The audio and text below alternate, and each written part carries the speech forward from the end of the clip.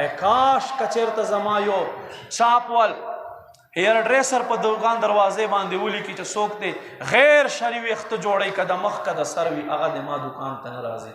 بیا ته وګوره چې الله دې د په روزي کې څومره برکت کوي. نو ما عزتمندو اغیارو سره محبت دا په ځمکه کې فساد دی. فساد نن زموږ ملک کې مونږ یو تر بله سره فټ یو. وجه څه دی؟ یو وایي ته د فلاني غلام یې، بل وایي ته د فلاني غلام یې. هر سړی د خپل ځان باندې سوچ وکړي چې زه څومره د فلاني غلام یم. 24 غنټې زما د چا په کردار کې تیریږي، زما بال بچ د چا په کردار کې 24 غنټې تیریږي. بیا به بالکل مونږ ته هر څه مخامخ شي.